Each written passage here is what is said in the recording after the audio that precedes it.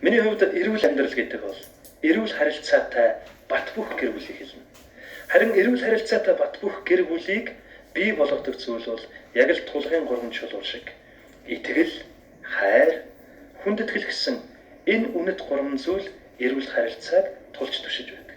Хүн ямар нэгэн амжилтанд хүрч болно, эсвэл өөрийнхөө хүсэж байсан ямар нэгэн өндөрлөгт гарч болно, эсвэл ирж хайж байсан баялагаа хайж олж болох юм.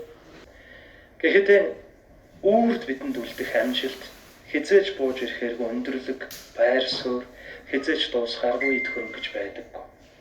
Тэгэхээр амьдралд унаж дороодох юм уу, уулын оргилоос уулын бил рүү бугуй байдаг.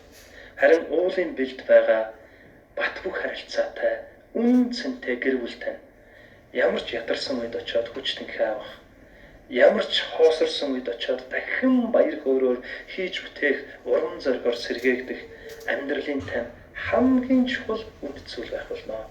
Тэгэхээр эрүүл амьдралын нууц нь эрүүл харилцаатай бат бөх гэр бүл юм а гэж хэлмээр.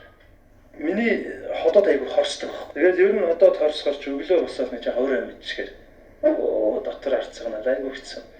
Харин эко сууган гоч яг шууд ингээл тавьшилдаг шүү дээ.